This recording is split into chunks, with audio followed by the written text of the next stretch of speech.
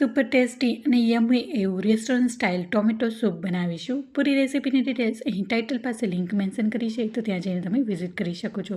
Tomato soup બનાવવા માટે અહીં સૌથી પહેલાં 200 ગ્રામ જેટલા ટમેટા લીધા છે અને એકદમ લાલ એવા ટમેટાને પસંદ કરીશું.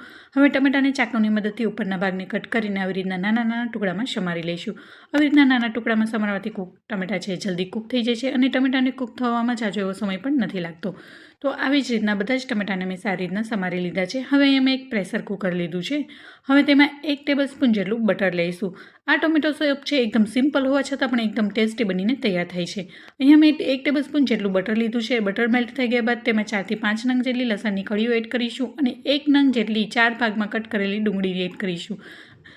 અહીંયા મેં બટરનો ઉપયોગ કર્યો છે. અહીંયા તમે ઓઇલ અને બટર બંને મિક્સ લઈ શકો છો, પણ માત્ર બટરનો ઉપયોગ કરવાથી તમે રેસ્ટોરન્ટમાં સૂપ પીતા હોય ને તેવો ટેસ્ટ આવશે અને ખૂબ જ સ્વાદિષ્ટ બનીને તૈયાર થશે.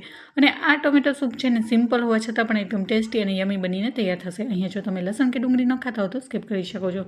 હવે જે આપણે ટમેટા સમારીને રાખ્યા છે તેમાં એડ કરી દઈશું. 1 ઇંચ જેવો નાનો એવો આદુનો ટુકડો એડ કરીશું. આદુના ટુકડાથી ટમેટાનો સૂપ ખૂબ જ સરસ બનશે. હવે 1 મીડિયમ સાઇઝ ગ્લાસ જેટલું પાણી એડ કરી અને 3 વિસલ વાગે ત્યાં સુધી ટમેટાને કૂક કરીશું. હવે 3 વિસલ થઈ ગઈ છે અને ટમેટા પણ સારી રીતના કૂક થઈ ગયા છે. હવે એને 5 મિનિટ માટે ઠંડુ થવા દઈશું. હવે આપણું ટમેટાનું મિશ્રણ છે ખૂબ જ સારી રીતના ઠંડુ થઈ ગયું છે. હવે અહીંયા એક મોટું મિક્સર જાર લીધું છે. હવે આપણે બધી જ સારી રીતના ટમેટાની પ્યુરી બનાવી લઈશું. તો તમે જોઈ શકો છો મસ્ત એવી ટમેટાની પ્યુરી બની ગઈ છે. હવે એક કોઈ પણ મોટા વાસણ લઈ અને આવી રીતના ગણો લઈ આપણે એને ગાળી લઈશું, જેથી ટમેટાના કોઈ પણ રેશા કે એના બિયા રહી ગયા હોય તે સારી રીતના નીકળી જાય. હવે આપણે અહીંયા ગેસ ઉપર ટમેટાની સૂપને રાખીશું અને એકદમ સારી રીતના ગરમ કરી અને બધા મસાલા નાખીશું. તો એ મસાલામાં સૌથી પહેલાં મેં એ સ્વાદ પ્રમાણે મીઠું નાખીશું અને અડધી ચમચીથી ઓછું મરી પાવડર અને 1/4 ચમચી જેટલું લાલ પાવડર નાખીશું. લાલ મરચું પાવડર નાખવાથી કલર પણ મસ્ત રેડ આવશે. અને અહીંયા જો ટમેટા કૂક કરતી વખતે તમારે નાનો એવો ટુકડો બીટનો નાખવો હોય તો પણ નાખી શકો છો. હવે બધું મિક્સ કરી અને ટમેટાની ખટાશને બેલેન્સ કરવા માટે મેં અહીંયા 1 ટેબલસ્પૂન જેટલો ગોળ લીધો છે. અહીંયા તમે ખાંડ પણ લઈ શકો છો.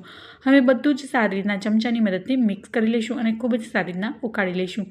જો તમને મારી રેસીપી જરા પણ ગમી હોય તો વિડીયોને લાઇક કરી, શેર કરી અને સબસ્ક્રાઇબ કરી દેજો. સબસ્ક્રાઇબ કરવું તો બિલકુલ ફ્રી છે. હવે બધું જ સારી રીતના મિક્સ થઈ ગયું છે અને ટમેટાને સુપર થીક બનાવવા માટે મેં 1 ચમચી કોર્નફ્લોરમાં થોડું એવું પાણી નાખી અને કોર્નફ્લોરની સ્લરી બનાવી છે. હવે તેમાં એડ કરી દઈશું. તેનાથી આપણું સૂપ છે એકદમ ઘટ્ટ થશે અને ખૂબ જ ટેસ્ટી બનીને તૈયાર થશે. અને જેમ ટોમેટો સૂપ ઉકળશે એમ વધારે ઘટ્ટ બનતું દેખાશે. તો તમે જોઈ શકો છો ધીમે ધીમે આપણે સૂપ છે એ ઉકળવા લાગ્યું છે અને વધારે થીક પણ બની ગયું છે. તો આ સૂપ ચોક્કસથી ઘરે બનાવજો. ઘરમાં નાનાથી લઈ મોટા બધાને ભાવશે અને એટલું સિમ્પલ હોવા છતાં એટલું ટેસ્ટી અને તમે રેસ્ટોરન્ટમાં પીતા હોય ને તેવો સ્વાદ બનીને તૈયાર થશે.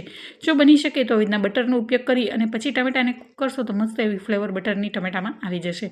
તો મસ્ત એવું આપણું ટમેટાનું સૂપ ઉકળી રહ્યું છે. હવે આપણું ટમેટાનું સૂપ છે એ ખૂબ